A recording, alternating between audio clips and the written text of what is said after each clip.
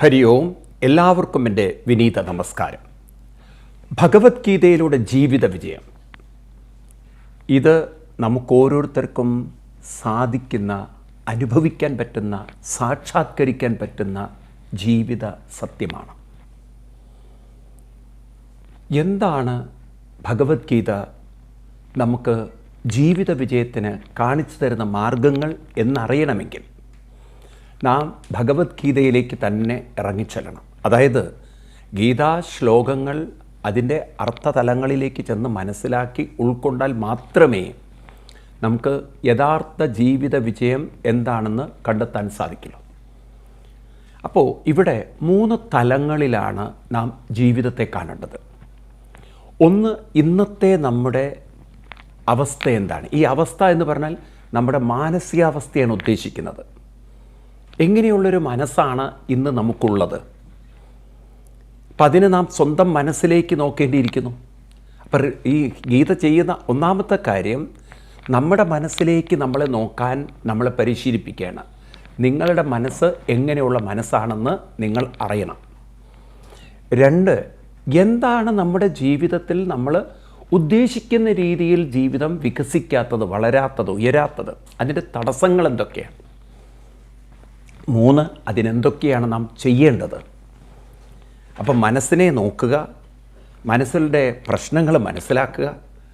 ഈ ഡോക്ടർമാർ ചെയ്യുന്ന കാര്യം തന്നെയാണ് ഇവിടെ ചെയ്യുന്നത്. ഒരു പേഷ്യൻ്റ് വന്നാൽ ആദ്യം ആ പേഷ്യൻറ്റിനെ ഒന്ന് നോക്കുന്നു. കാണുമ്പോൾ തന്നെ എന്തൊക്കെയാണ് അവരൊരു ഇൻഫർമേഷൻ എടുക്കുന്നു, പേഷ്യൻറ്റിനോട് ചോദിച്ച് മനസ്സിലാക്കും. പിന്നെ അവർ പല ഉപകരണങ്ങളുടെയും സഹായം കൊണ്ട് പേഷ്യൻറ്റിന് എന്താണ് രോഗമെന്ന് ഡയഗ്നോസ് ചെയ്യുന്നു. പിന്നീട് ആ രോഗം മാറാനുള്ള ചികിത്സ ചെയ്യുന്നു. ഇതുപോലെ മനസ്സിനെ മനസ്സിലാക്കുക, മനസ്സിൻ്റെ ദൗർബല്യങ്ങളെ തിരിച്ചറിയുക. ആ ദൗർബല്യങ്ങളെ നമ്മൾ പരിഹരിച്ചാൽ മാത്രമേ നമുക്ക് ജീവിത വിജയം നേടിയെടുക്കാൻ സാധിക്കുള്ളൂ. അതുകൊണ്ട് ഭഗവത്ഗീത പഠിപ്പിക്കുന്ന റിലീജിയൻ, മതം, ഭഗവത്ഗീത മനസ്സിലാക്കി തരുന്ന ഹിന്ദു മതം എന്നത് ഒരു ഹ്യൂമൻ സയൻസാണ്. അല്ലെങ്കിൽ മറ്റൊരു രീതിയിൽ പറഞ്ഞാൽ മൈൻഡ് സയൻസാണ്. നമ്മുടെ മനസ്സിനെ കുറിച്ചുള്ളൊരു ശാസ്ത്രമാണത്. അതായത് മനുഷ്യൻ എന്നാൽ മനസ്സാണ്, ബോധ മനസ്സാണ്.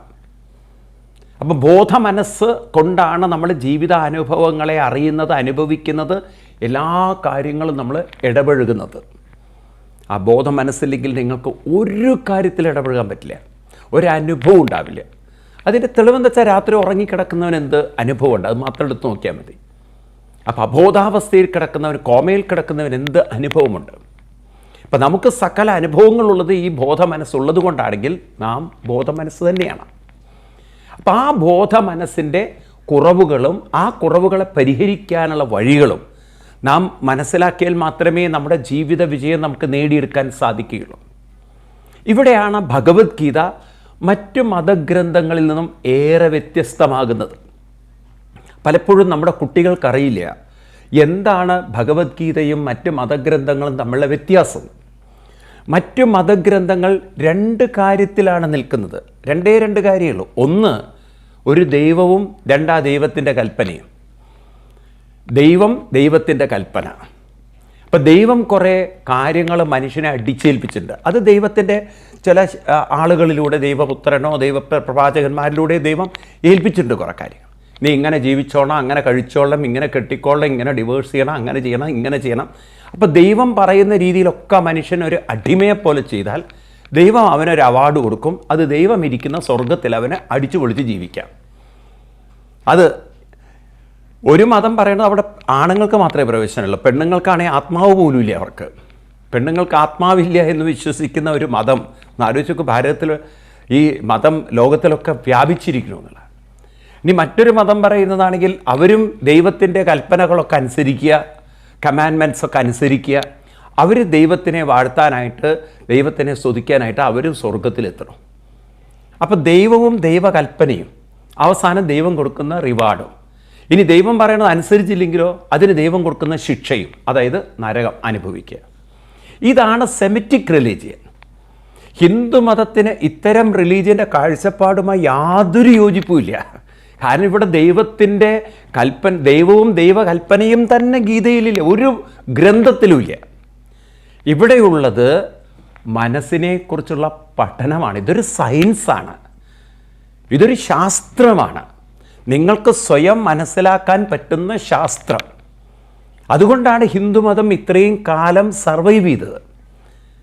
എന്തുകൊണ്ടാണ് ഭഗവത്ഗീത പോലുള്ള കൃതികൾ ഇന്നും ലോകം ആദരിക്കുന്നത്, ആരാധിക്കുന്നത്, ബഹുമാനിക്കുന്നത്? നിങ്ങൾ നോക്കൂ, ഒരു ഇസ്ലാമിക രാഷ്ട്രമായ സൗദി അറേബ്യയിൽ അടുത്ത കാലത്തൊരു വീഡിയോ എനിക്കൊരാൾ അയച്ചു തന്നു. അതിൻ്റെ ആധികാരികത എനിക്കറിയില്ല, അതുകൊണ്ട് ഇത് ശരിയാണോ തെറ്റാണോ എന്നുള്ളത് നിങ്ങൾ അന്വേഷിക്കണം. അവിടെ സ്കൂളുകളിൽ മഹാഭാരതവും അതുപോലെ തന്നെ രാമായണവും പഠിപ്പിക്കാൻ അവർ തയ്യാറായിരിക്കുകയാണ്. ഒരു കാര്യം എനിക്ക് വ്യക്തമാണ്, ഇന്തോനേഷ്യ മുസ്ലിം രാജ്യമാണ്. അവിടെ രാമായണം പോലുള്ള കാര്യങ്ങൾ അവർ പഠിക്കുന്നുണ്ട്, മനസ്സിലാക്കുന്നുണ്ട്. കാരണം ഇന്തോനേഷ്യയിലെ ജോജക്കാർത്ത എന്ന് പറയുന്ന സ്ഥലത്ത്, മുസ്ലിം രാജ്യമായ സ്ഥലത്ത് ഞാൻ പോയിട്ടുണ്ട്, പേഴ്സണലി പോയിട്ടുണ്ട്. അതുകൊണ്ട് എനിക്ക് നിങ്ങൾ എന്താ പറയുക, തെറ്റിദ്ധരിക്കേണ്ട ഒരു കാര്യമില്ല. It's my personal experience. Jogjakarta വേണമെങ്കിൽ നിങ്ങൾക്ക് ഗൂഗിളിൽ സെർച്ച് ചെയ്താലും അറിയാൻ പറ്റും. അവിടെ രാമായണം കണ്ണുകൊണ്ട് നമുക്ക് കാണാൻ പറ്റുന്ന ലൈറ്റ് ആൻഡ് സൗണ്ട് ഷോ ഉണ്ട്, ഞാൻ കണ്ടിട്ടുണ്ട്. അതിൽ കുറേ പേര് മുസ്ലിംസാണ് രാമായണം കളിക്കുന്നത്. അപ്പോൾ അങ്ങനെയുള്ള സംസ്കാരങ്ങളൊക്കെ പല ഇസ്ലാമിക രാജ്യങ്ങളിൽ പോലും ഉണ്ടെങ്കിൽ നമ്മുടെ ഈ സംസ്കാരം ഇത്രയും കാലം, എത്രയോ കാലത്തെ, ലോകത്തിലെ ആദ്യത്തെ റിലീജിയനാണ് ഹിന്ദുമതം. ഹിന്ദുമതത്തിൻ്റെ പ്രായം 5000-ലും അപ്പുറത്താണ് അതിൻ്റെ വയസ്സ്. മറ്റു മതങ്ങൾക്കൊക്കെ 2000 വയസ്സേ ആയിട്ടുള്ളൂ, 2000 വർഷമേ ആയിട്ടുള്ളൂ ഈ ഭൂമിയിൽ പ്രവാചകനും അതുപോലെ തന്നെ ദൈവപുത്രന്മാരൊക്കെ വന്നിട്ട്. അപ്പം 5000 വർഷങ്ങൾക്ക് പഴക്കമുള്ള ഭാരത സംസ്കാരം ഇവിടെ മുഗളന്മാർ ഭരിച്ചു. അവരുടെ ഇസ്ലാം മതം ഇവിടെ ഒരുപാട് തരത്തിൽ വ്യാപിപ്പിക്കാൻ നോക്കി. കുറേ സ്ത്രീകളെ കൺവേർട്ട് ചെയ്തു, ആണുങ്ങളെ വധിച്ചു, ഇങ്ങനെയൊക്കെ ചെയ്തിട്ട്, ഈ ക്രൂരതയൊക്കെ ചെയ്തിട്ടും ക്ഷേത്രങ്ങളെ തകർത്തു. മുഹമ്മദ് ഗോറി 21 തവണയാണ് സോമനാഥ ക്ഷേത്രം തകർത്തത്. ഇതുപോലെ നമ്മൾ കേരളത്തിലുള്ളവർക്കും അറിയാം, ടിപ്പുവിൻ്റെ പടയോട്ടക്കാലത്ത് എത്ര ക്ഷേത്രങ്ങൾ തകർത്തു. ഇതുപോലെ മലബാർ ലഹള പോലുള്ള കാര്യങ്ങൾ എത്ര ഹിന്ദുക്കളെയാണ് കൺവേർട്ട് ചെയ്തത്. ഇതൊക്കെ ചെയ്തിട്ടും ഹിന്ദുമതം പുരോഗതി പ്രാപിക്കുക എന്നല്ലാതെ അതൊരിക്കലും ശോഷിക്കുന്നില്ല. ഇന്ന് വിദേശ രാജ്യങ്ങളിൽ പോലും ഹിന്ദു സംസ്കാരം അഡോപ്റ്റ് ചെയ്യാൻ ആളുകൾ തയ്യാറായിക്കൊണ്ടിരിക്കുകയാണ്. ഇന്ന് എത്രയോ പേര് യോഗയുടെയും ധ്യാനത്തിൻ്റെയും മാർഗത്തിലേക്ക് ഇതാ വരുന്നു. നിങ്ങൾക്ക് വേണമെങ്കിൽ നിങ്ങൾ ഗൂഗിളിലൊന്ന് സെർച്ച് ചെയ്ത് നോക്കൂ. ഇസ്കോൺ എന്നൊരു സംഘടന, ഇൻ്റർനാഷണൽ കൃഷ്ണ കോൺഷ്യസ്നസ് ആണ് അതിന് പറയാം. അത് സിഡ്നിയിലാണ് അവരുടെ മെയിൻ കേന്ദ്രം. സ്വാമി പ്രഭുപാദയുടെ നേതൃത്വത്തിൽ രൂപപ്പെട്ടത്. ഇന്ന് എത്ര ക്ഷേത്രങ്ങളാണ് വിദേശത്ത് ആരാ പണിയെന്ന് അറിയോ? എല്ലാം ഫോറിനേഴ്സാണ്. അതിൽ ഇന്ത്യൻ ഹിന്ദുക്കൾ വളരെ കുറവാണ്. ഞാൻ പോയിട്ടുണ്ട് സിഡ്നിയിൽ, ഞാൻ പോയിട്ടുണ്ട് കാലിഫോർണിയയിൽ, പല ക്ഷേത്രങ്ങളിലും അവിടെ അവരുടെ ക്ഷേത്രങ്ങളിൽ പോയിട്ടുണ്ട്. അപ്പോൾ ഇത്രയും വിദേശികൾ ഈ ഹരേ കൃഷ്ണ പ്രസ്ഥാനങ്ങളുമായിട്ട് വരാനും, ഇത്രയും ക്രിസ്ത്യൻ സമൂഹത്തിൽ നിന്ന് അവർ ആരെയും കൺവേർട്ട് ചെയ്യുന്നില്ല. അവരെല്ലാം സ്വമേധയാ വരികയാണ്, അടിച്ചേൽപ്പിച്ച് വന്നതുമല്ല. അവർ സ്വന്തം ഇഷ്ടപ്രകാരം അവരുടെ ജീവിത രീതി മാറ്റുകയാണ്. ഇന്നലെ വരെ നോൺ വെജിറ്റേറിയൻ ആയിരുന്നവർ ഇന്ന് വെജിറ്റേറിയനുമായിട്ട് ഹരേ രാം രാം രാം ഹരേ ഹരേ എന്ന് പറഞ്ഞ് ജീവിക്കുമ്പോൾ അവർക്ക് കിട്ടുന്നൊരാനന്ദം, സന്തോഷം. അവരിവിടെ സ്വർഗമുണ്ടാക്കുകയാണ്, അവർ സ്വർഗീയമായി ജീവിക്കുകയാണ്. അല്ലാതെ അവർ മരിച്ചതിന് ശേഷം സ്വർഗത്തിന്, ആകാശത്തിനപ്പുറത്തുള്ളൊരു സ്വർഗത്തെ അവർ ചിന്തിക്കുന്നില്ല, അവർക്ക് ആഗ്രഹമില്ല. കാരണം മരിച്ചു കഴിഞ്ഞാൽ മനുഷ്യന് ശരീരമില്ല, പിന്നെ ഉള്ളത് അബോധാവസ്ഥയിലുള്ളൊരു മനസ്സാണ്. കാരണം മരിക്കും മനുഷ്യൻ അബോധത്തിലാണ്. പിന്നെ അവൻ എന്ത് സ്വർഗം, എന്ത് നരകം, ആർക്കറിയാം എന്താന്നുള്ളത്? What proof? നമുക്ക് എന്ത് തെളിവുണ്ട്? മരിക്കുന്നതിന് മുമ്പ് ഒരാൾ അബോധത്തിലാണെന്നുള്ളത് സയൻറ്റിഫിക്കലി പ്രൂവ്ഡാണ്. പിന്നെ അയാൾക്ക് ശരീരമില്ലാതെ അയാൾക്ക് അനുഭവങ്ങൾ ഉണ്ടാവും എന്നുള്ളതിന് എന്ത് തെളിവുണ്ട് നമുക്ക്? അങ്ങനെ നിങ്ങൾക്ക് തെളിയിക്കാൻ പറ്റുമോ? ഇവിടെ തെളിയിക്കാൻ പറ്റില്ല. കാരണം അതിനൊരു പ്രൂഫില്ല. മരണാനന്തരം ഈ വ്യക്തിക്ക് എന്ത് സംഭവിക്കണം? ഇനി എന്താ മരിച്ച് പോയിരിക്കുന്ന ആത്മാവ്? നോക്കൂ, ഞാൻ നിങ്ങളോട് ആവർത്തിക്കുകയാണ്, മനസ്സെന്ന് പറയുന്നൊരു സാധനത്തിലൂടെ മാത്രമേ നമുക്ക് അനുഭവമുള്ളൂ. മനസ്സുണ്ടായതുകൊണ്ട് കാര്യമില്ല. നമുക്ക് ഇന്ദ്രിയങ്ങൾ വേണം, എന്നാലേ നമുക്ക് കാണാനും കേൾക്കാനും ഒക്കെ പറ്റുള്ളൂ. ഇനി ഒരു പക്ഷേ നിങ്ങൾ പറയാം അതിൻ്റെ ആവശ്യമില്ല, സ്വപ്നത്തിൽ നമ്മൾ കാണുന്നുണ്ടല്ലോ, കേൾക്കുന്നുണ്ടല്ലോ. അതെ, അപ്പം അത് ആ തലത്തിൽ ഒരു പക്ഷേ അപ്പോഴും നമുക്കൊരു മാനസികാവസ്ഥയിൽ ഇതൊക്കെ കാണണമെങ്കിൽ അപ്പോഴൊരു ശരീരം ഉള്ളതുകൊണ്ടാണ്.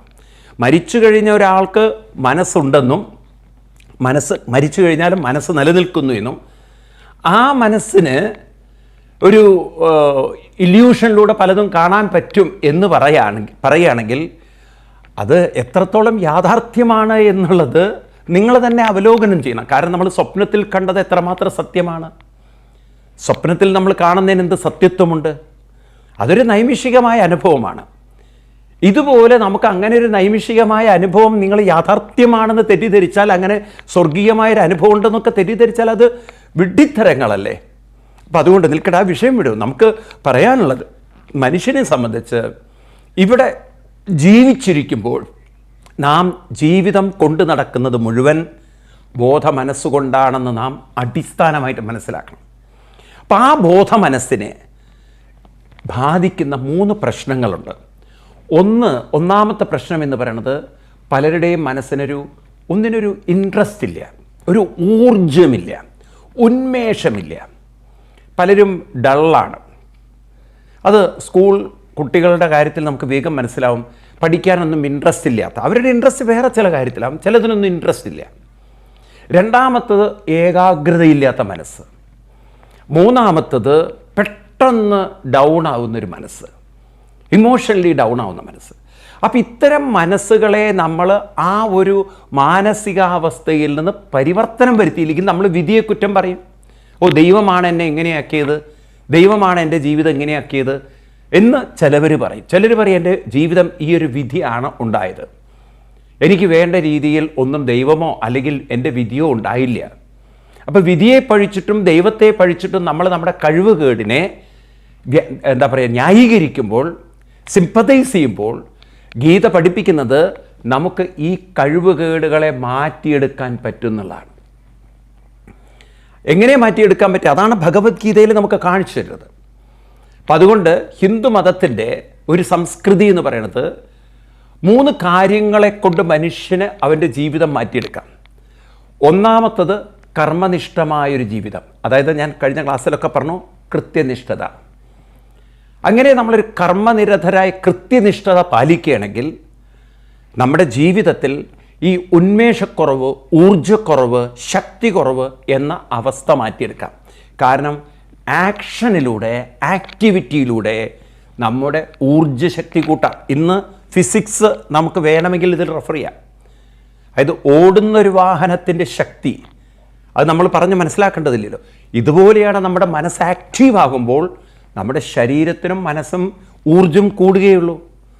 വെറുതെ കിടക്കുന്നൊരു വാഹനത്തിന് എന്ത് ഊർജ്ജമുണ്ടാവും? അതിൽ പെട്രോൾ ഉണ്ടെങ്കിൽ പോലും, ഡീസൽ ഉണ്ടെങ്കിൽ പോലും അതിൻ്റെ ഊർജ്ജശക്തി നമുക്ക് അനുഭവപ്പെടണമെങ്കിൽ അത് മൂവ് ചെയ്യണം, മോഷൻ വേണം, ചലനം വേണം.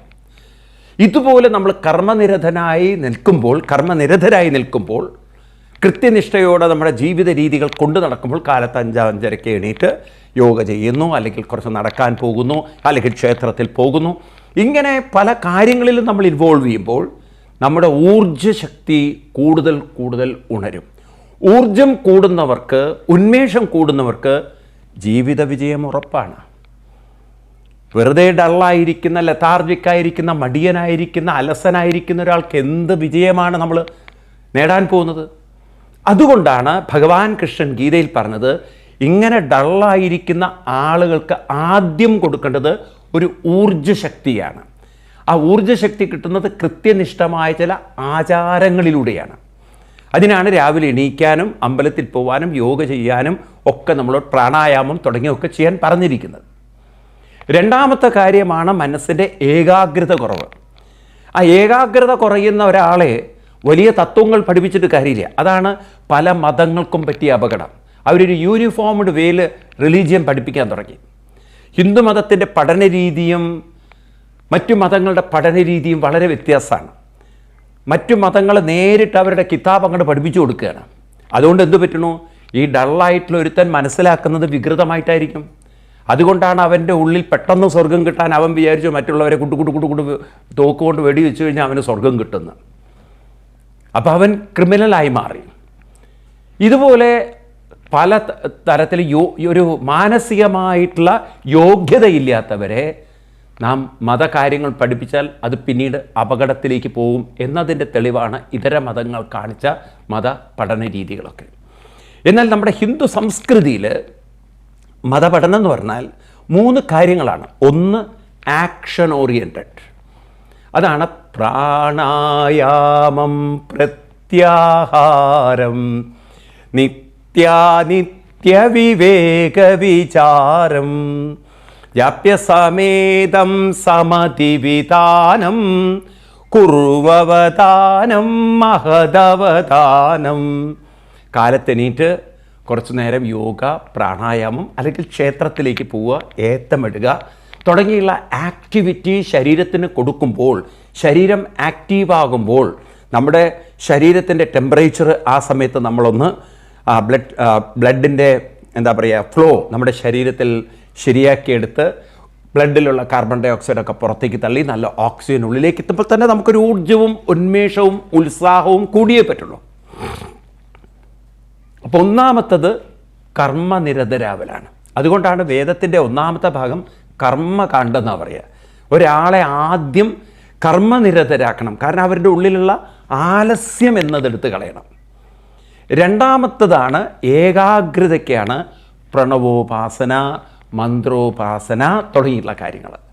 അപ്പം പ്രണവം തുടങ്ങിയിട്ടുള്ള മന്ത്രങ്ങൾ ഓം എന്ന് ക്ഷേത്രങ്ങളിലൊക്കെ ചെന്ന് ഏകാഗ്രതയോടെ നമ്മൾ മന്ത്രങ്ങൾ ചൊല്ലുമ്പോൾ നമ്മുടെ മനസ്സിൻ്റെ ആ ഫ്ലക്ച്വേഷൻ അല്ലെങ്കിൽ അങ്ങോട്ടും ഇങ്ങോട്ടും പോകുന്ന ആ ഒരു അൺസ്റ്റഡിനെസ് മാറിയിട്ട് അത് സ്റ്റഡി ആയിട്ട് മാറും.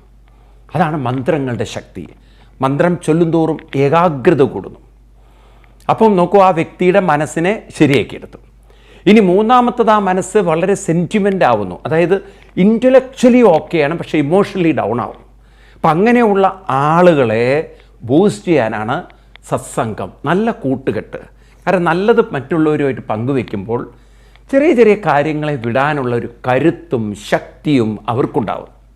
അപ്പം നല്ല കൂട്ടുകെട്ടുകളിലൂടെ, സത്സംഗ സംസ്കാരങ്ങളിലൂടെ നല്ലത് മറ്റുള്ളവർ പങ്കുവെച്ചുകൊണ്ട് ഈ രീതിയിൽ കർമ്മനിരതരാവുക, ഉപാസനാനിരതരാവുക, സത്സംഗത്തിലൂടെ ജ്ഞാന നിരതരാവുക, ജ്ഞാനം പങ്കുവെക്കുക, ജ്ഞാനം മറ്റുള്ളവരിൽ നിന്ന് കേൾക്കുക. അപ്പം നമുക്ക് കുറേയും കൂടി സ്റ്റഡി ആയിട്ടും വളരെ ബാലൻസ്ഡായിട്ടും ജീവിക്കാൻ പറ്റുമ്പോൾ ഈ മാനസികാവസ്ഥയുടെ പേരാണ് സ്വർഗജീവിതം. അല്ലാതെ ആകാശത്തിനപ്പുറത്ത് നിങ്ങൾ തെറ്റിദ്ധരിക്കരുത്, ആകാശത്തിനപ്പുറത്തൊരു സ്വർഗമുണ്ടെന്ന്. അവിടെ വായുമണ്ഡലമേ ഇല്ല. പിന്നെ ഇനി ആകാശത്തിനപ്പുറത്ത് ഭൂമി, ഒരു സ്ഥലമില്ലാതെ മനുഷ്യനെങ്ങനെ അവിടെ നിലനിൽക്കും? പിന്നെ രൂപമില്ലാതെ അവിടെ നിലനിൽക്കുന്നൊക്കെ പറഞ്ഞാൽ ഒരുപക്ഷെ രൂപമില്ലെങ്കിൽ പിന്നെ നിങ്ങൾക്ക് എന്താ അനുഭവം? നിങ്ങൾക്ക് സെൻസ് ഓർഗൻസ് ഇല്ലെങ്കിൽ എന്ത് കാണാൻ പറ്റും? നമ്മളതൊക്കെ ഒന്ന് ചിന്തിക്കൂ. ഇത്തരം അന്ധവിശ്വാസങ്ങളിലേക്ക് പോവാതെ ഭഗവത്ഗീത പറഞ്ഞു തരുന്ന കാര്യങ്ങൾ മനസ്സിലാക്കുക. അതുകൊണ്ട് ഗീതയിലെ 3-ാം അധ്യായത്തിൽ 28-ാം ശ്ലോകത്തിൽ കൃഷ്ണൻ പറയുന്നു, തത്വവിത്തു മഹാബാഹോ ഗുണകർമ്മ വിഭാഗയോ ഗുണാഗുണേഷു വർത്തന്ത ഇതി മത്വാന സജ്ജതേ. തത്വവിത്തുക്കളായിട്ടുള്ള ആളുകൾ, അതായത് ഒരാളുടെ ജീവിത വിജയത്തിന് എന്തൊക്കെയാണ് വേണ്ടതെന്ന് താത്വികമായി അറിയുന്ന ആളുകൾ ഗുണകർമ്മ വിഭാഗയോ, ഗുണകർമ്മ വിഭാഗങ്ങളെ മനസ്സിലാക്കിക്കൊണ്ട് ഗുണാഗുണേഷു വർത്തന്ത ഇതി മത്വാന സജ്ജതേ. അവർ ഗുണങ്ങളിലൂടെ, അതായത് മാനസിക ഗുണങ്ങളെ അതിവർത്തിച്ചുകൊണ്ട് ഇന്ന സജ്ജതേ, അവർ ഒരു തരത്തിലും അവരുടെ ജീവിത പ്രശ്നങ്ങളിൽ സജ്ജതയെന്ന് പറഞ്ഞു കഴിഞ്ഞാൽ അതിൽ ഒട്ടിപ്പിടിക്കുന്നില്ല, അല്ലെങ്കിൽ അതിൽ ദുർബലരാകുന്നില്ല. അപ്പോൾ ഒരു അച്ഛനും അമ്മയും കുട്ടികളെ വളർത്തുമ്പോൾ ഈ ഒരു കാര്യം മനസ്സിലാക്കിക്കൊണ്ട് വേണം വളർത്താൻ. അതായത് ആദ്യം കുട്ടികൾക്ക് ഉണ്ടാവേണ്ട ഒരു ഗുണമാണ് കൃത്യനിഷ്ഠ. അതെപ്പോഴും ഓർക്കുക നിങ്ങൾ. കാരണം കുട്ടികളെ വളരെ വൈകി എണീപ്പിച്ച് ശീലിപ്പിച്ചു കഴിഞ്ഞാൽ പിൽക്കാലത്ത് അവർക്കൊരു ഡിസിഷൻ എടുക്കാനുള്ള കഴിവ് നഷ്ടപ്പെടും. ഡിസിഷൻ എടുക്കും, പക്ഷേ അത് എക്സിക്യൂഷൻ ചെയ്യാൻ പറ്റില്ല. കാരണം നമ്മൾ ജീവിതത്തെ കാണുന്നത് വളരെ എന്താ പറയുക, റോങ്ലിയാണ്. നമ്മൾ ഈ ഡിസിഷൻ എടുക്കുക എന്നൊക്കെ പറയുന്നത് വെറുതെ ഇമാജിനേഷണറി ഡിസിഷൻ ആവരുത്. കാരണം അത് പ്രാവർത്തികമാവില്ല. അതുകൊണ്ടാണ് പലരും ഒരു ജോലി വേണം നടക്കണില്ല, കല്യാണം വേണം നടക്കണില്ല. കാരണം ഡിസിഷൻ പവർ പോരാ. ഈ ഡിസിഷൻ എടുക്കുക എന്ന് പറഞ്ഞാൽ ഒരു ഇൻ്റഗ്രേഷൻ വേണം നമ്മുടെ ഉള്ളിൽ. ഏതാണ് ഇൻ്റഗ്രേഷൻ? ഒരു ഡിസിഷൻ എടുക്കുന്നത് നമ്മുടെ ബുദ്ധി കൊണ്ടാണെങ്കിലും പക്ഷേ മാനസികമായ ശക്തി അതിലേക്ക് വരുന്നില്ല. വളരെ ശ്രദ്ധിക്കണം. ഡിസിഷൻ എടുക്കുന്നത് തീരുമാനം. നിങ്ങളൊരു തീരുമാനം എടുക്കൂ, അപ്പം ഞാനൊന്ന് ആലോചിക്കട്ടെ എന്ന് പറയിച്ചാൽ, ഇപ്പം ഈ ആലോചന വരുന്ന മനസ്സിലാണ്, തീരുമാനിക്കേണ്ടത് ബുദ്ധിയാണ്. അപ്പോൾ ഒരു ബുദ്ധിയിലൊരു തീരുമാനമെടുക്കുമ്പോൾ മനസ്സ് അതിൻ്റെ കൂടെ നിൽക്കണമെങ്കിൽ ആ മനസ്സിന് അത്ര ശക്തി വേണം, ക്ലാരിറ്റി വേണം. മനസ്സിൽ സംശയങ്ങളും മനസ്സിൽ വളരെ കുറേ കാര്യങ്ങളെക്കുറിച്ച് ഉത്കണ്ഠയൊക്കെ ഉണ്ടെങ്കിൽ മനസ്സിന് ഡിസിഷൻ്റെ കൂടെ നിൽക്കാൻ പറ്റും. അപ്പോഴാണ് ഞാൻ ആലോചിക്കട്ടെ, പറയാം, അത് തന്നെയാണോ വേണ്ടത്, അതങ്ങനെയാണോ വേണ്ടത്, ഒന്നൊരു വ്യക്തതയില്ല. കാരണം മനസ്സ് മുഴുവൻ വളരെ ലത്താർജിക്കായിട്ട് ഒന്നും കാണുന്നില്ല അതിൻ്റെ എന്തൊക്കെയായിരിക്കും അതിൻ്റെ ഭവിഷ്യത്തുക്കളെന്ന്. അതാണല്ലോ ഈ മനസ്സ് ശരിയാവാതെ, മനസ്സ് നേരെയാക്കാതെ ഒരു ഡിസിഷൻ എടുത്ത് ചാടുന്ന ആളുകളാണ്. കാണുന്നില്ലേ നിങ്ങൾ ലവ് ജിഹാദിലൊക്കെ പെട്ട അവസാനം മണ്ണെണ്ണ ഒഴിച്ച് ഭാര്യയെ കൊല്ലുന്ന രംഗവും, അതുപോലെ അഫ്ഗാനിസ്ഥാനിലേക്ക് കുറേ പെൺകുട്ടികളെ കടത്തി അവരൊക്കെ സ്വർഗത്തിലേക്ക് പോയി. പാവം ആണുങ്ങളും മിടുക്കന്മാർ അവരവരെ ഭാര്യമാരെ വഴിയിലിട്ടിട്ടുന്ന അവർക്ക് അവരെയും കൂടി സ്വർഗത്തിൽ കൊണ്ടുവരുന്നു. പക്ഷേ ഈ പാവം പെൺകുട്ടികൾ അറിയണം, പ്രത്യേകിച്ച് നമ്മുടെ ഹിന്ദു കുട്ടികൾ അറിയണം, ഈ ഇസ്ലാമിക സംസ്കാരത്തിൽ അവരുടെ സ്വർഗത്തിൽ സ്ത്രീകൾക്ക് പ്രവേശനമില്ല. കാരണം അത് സ്ത്രീകളുടെ ഒരു അടിമത്ത ലോകമാണ്. ആണുങ്ങളെ സുഖിപ്പിക്കാൻ ഒരാൾക്ക് 72 ഹൂറികൾ എന്നൊക്കെയാണ് ഞാൻ കേട്ടിട്ടുള്ളത്. അപ്പോൾ നോക്കൂ, ഇത്ര സ്ത്രീകളെ അടിമകളാക്കുന്ന ഒരു സ്വർഗം വേറെ ഏതുണ്ട്? ശരിക്കും പറഞ്ഞാൽ ഇന്ത്യയിലെ സ്ത്രീകൾ സ്ത്രീ വിമോചന സമരം അവിടെ നിന്ന് തുടങ്ങണം. ഈ സ്വർഗത്തിൽ അങ്ങനെ ആവാൻ പാടില്ല. സ്വർഗം ഒരാണ് ഒരു പെണ്ണ്, അതാണ് സാധാരണ രീതിയിലുള്ളൊരു സംസ്കാരം. അപ്പോൾ അതുകൊണ്ടൊരു കുടുംബം പോലെ അവിടെ നിൽക്കട്ടെ. ഇതൊരു ആണിൻ്റെ കൂടെ 72 പെണ്ണുങ്ങളെന്ന് പറഞ്ഞ സ്ത്രീകളെ ഇത്രമാത്രം വളരെ തഴം താഴ്ത്തുന്ന ഒരു ഏർപ്പാടാണത്. അതുകൊണ്ട് ഒന്നുകിൽ ആ സ്വർഗം മാറ്റിയിട്ട് അവിടെ ഈക്വലി പുരുഷന്മാരെ 72 പുരുഷന്മാരെയും കൂടി ആക്കണം, അല്ലെങ്കിൽ പിന്നെ അതിലൊരു മാറ്റം വരുത്തണം, അല്ലെങ്കിൽ ഇതിനൊക്കെ സ്ത്രീകളൊന്ന് മുന്നിട്ട് ഇറങ്ങണം. കാരണം ഇത്തരം സ്വർഗങ്ങളൊക്കെ എന്ന് പറഞ്ഞാൽ ശരിക്കും പറഞ്ഞാൽ സ്ത്രീകളുടെ ഒരു സംസ്കാരത്തിനെ തരം താഴ്ത്തുന്നതാണ്, സ്ത്രീകളെ വില കുറയ്ക്കുന്നതാണ്, സ്ത്രീകളെ വെറും അടിമകളാക്കുന്നതാണ്. കാരണം സ്ത്രീകൾക്ക് ആത്മാവില്ല എന്ന് വിശ്വസിക്കുന്ന ഒരു സമൂഹത്തിന് അങ്ങനെ ചിന്തിച്ചേ പറ്റുള്ളൂ. സ്ത്രീകളെ ഈക്വലി കാണാൻ അവർക്ക് സാധിക്കുന്നില്ല. അതുകൊണ്ട് സ്ത്രീ വിമോചകരൊക്കെ ഇത്തരം കാര്യങ്ങളിലൊക്കെ ഒന്ന് ഒരു തീരുമാനം ഉണ്ടാക്കണം. നമ്മൾ സ്വർഗത്തിലൊക്കെ അങ്ങനെ ഒരു സ്വർഗം ഭാരത സംസ്കാരത്തിലില്ല. ഇനി ഉണ്ടെന്ന് വിശ്വസിക്കുന്നവർക്ക് പോലും അങ്ങനെ സ്ത്രീകളുടെ അടിമത്വമുള്ളൊരു സ്വർഗം ആവരുത്. അവിടെ സ്ത്രീകൾക്ക് പൂർണ്ണമായൊരു സ്വാതന്ത്ര്യം വേണം. സ്ത്രീകളുടേതായിട്ടുള്ളൊരു സ്വർഗം ഉണ്ടാക്കുക, അല്ലെങ്കിൽ സ്ത്രീകൾക്ക് ഫുൾ ഫ്രീഡം. അവിടെ 72 എന്താ പറയുക, ഇവിടെ 72 പെണ്ണുങ്ങളാണ് ഒരു പുരുഷനെങ്കിൽ അവിടെ 72 പുരുഷന്മാർ ഒരു സ്ത്രീകൾക്കുള്ള വേറെ സ്വർഗം ഉണ്ടാക്കുക. ആണുങ്ങളും സ്ത്രീ അടിമകളായിട്ടിരിക്കട്ടെ. അങ്ങനെ ഒരു സ്ത്രീ 72 ആണുങ്ങൾ, അവൻ വേറെ പണിയെടുക്കട്ടെ അവിടെ ഇരുന്നിട്ട്. അപ്പോൾ ആ തരത്തിലുള്ളൊരു ഇക്വാലിറ്റി നമ്മുടെ സമൂഹത്തിലുണ്ടാക്കണം.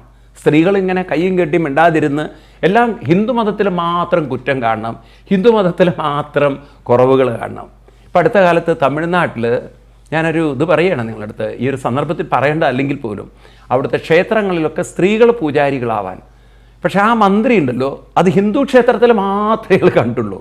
എന്നാൽ അദ്ദേഹത്തിന് ഒരു കാര്യം കൂടി പറയായിരുന്നു, എല്ലാ മുസ്ലിം പള്ളികളിലും എല്ലാ ക്രിസ്ത്യൻ ചർച്ചകളിലും കൂടി സ്ത്രീകളെ നമുക്ക് ആക്കണം എന്നുള്ളത്. ഇനി അതിലും വേറൊരു കാര്യം വെച്ചാൽ ഈ മുസ്ലിങ്ങളുടെ ഇടയിൽ പല വിഭാഗങ്ങളുണ്ട്, സുന്നികൾ, ഷിയകൾ, മുജാഹിദുകൾ എന്നൊക്കെ പറഞ്ഞിട്ടുള്ളത്.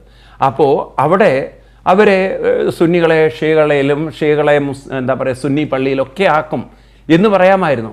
അതുപോലെ ക്രിസ്ത്യൻ, നിങ്ങൾക്കറിയാം, വലിയ വിഭാഗീയത അവരുടെ ഇടയിലുണ്ട്. അവരൊക്കെ ഹിന്ദു സമൂഹത്തിൻ്റെ ജാതീയതയെ വളരെ കുറ്റം പറയും. എന്നാൽ ഒരു ലാറ്റിൻ ക്രിസ്ത്യൻ്റെ പള്ളിയിൽ കയറിയിട്ടൊരു പെന്തക്കോസ്തുകാരന് പ്രാർത്ഥിക്കാൻ പറ്റില്ല. കാരണം പെന്തക്കോസ്തുകാരൻ വേറെയാണ്. അപ്പോൾ അവരുടെ ഇടയിലും ഈ തരത്തിലുള്ള ജാതീയത മാറ്റണം. അവിടെയും പെണ്ണുങ്ങളെയൊക്കെ പോസ്റ്റ് ചെയ്ത് ഒരു പെന്തക്കോസ്ത് പെണ്ണിനെ ഒരു ലാറ്റിൻ പള്ളിയിലും അതുപോലെ തന്നെ ഒരു മാർത്തോമ പള്ളിയിൽ ഒരു കാത്തലിക്കിനെയൊക്കെ വെച്ച് അങ്ങനെയൊന്നും ചെയ്യാൻ തൻ്റെ ഇടമുണ്ടോ ഈ സർക്കാരിനൊക്കെ? ഇവർ മതേതരത്വം എന്നൊക്കെ പറയണത് മതേതരത്വമല്ല, മറ്റു മതങ്ങളൊക്കെ വേറെ. ഹിന്ദു മതത്തിലാണ് ഇവർ നവോത്ഥാനം ഉണ്ടാക്കാൻ നോക്കുന്നത്. നവോത്ഥാനം എന്ന് പറയുന്നത് എല്ലാവരിലും തുല്യമായിട്ടുണ്ടാക്കണം. എല്ലാ മതങ്ങളിലും മാറ്റങ്ങൾ ഉണ്ടാക്കാൻ സാധിക്കുമ്പോഴാണ് ശരിയായ നവോത്ഥാനം ഉണ്ടാകുന്നത്. അല്ലാതെ അത് വെറും കാപട്യത്തിൻ്റെ നവോത്ഥാനമാണ്. അത് വെറും ഒരു മതത്തെ മാത്രം ചെറുതായി കാണുമ്പോൾ കുറേ കഴിഞ്ഞാൽ എന്തുണ്ടാവും? ഇത് ജനങ്ങൾ തിരിച്ചറിയും നിങ്ങളുടെ കപട മതേതരത്വം. കുറേ കഴിഞ്ഞാൽ ജനങ്ങൾ സംഘടിതരാകും. അപ്പോൾ ജനങ്ങളെ സംഘടിതരാക്കുന്നത് ഇത്തരത്തിലുള്ള കപട മതേതരവാദികളാണ്. അപ്പം അതുകൊണ്ട് ഞാൻ പറഞ്ഞു വരുന്നത് വെച്ചാൽ, മനുഷ്യൻ്റെ മനസ്സിനെ മനസ്സിലാക്കാതെ എന്തു മതചിന്ത നിങ്ങൾ പഠിപ്പിച്ചിട്ടും കാര്യമില്ല. മനസ്സാണ് മതം. അതിന് മനസ്സുണ്ടെങ്കിലേ മതം ഉണ്ടായിട്ട് കാര്യമുള്ളൂ. ബോധമില്ലാത്തവൻ എന്ത് മതം? ബോധം ഉണ്ടായാലേ മതമുള്ളൂ. അപ്പോൾ ആ ബോധ മനസ്സിനെ അറിയാതെ പിന്നെന്ത് മതമാണ് നിൽക്കുന്നത്?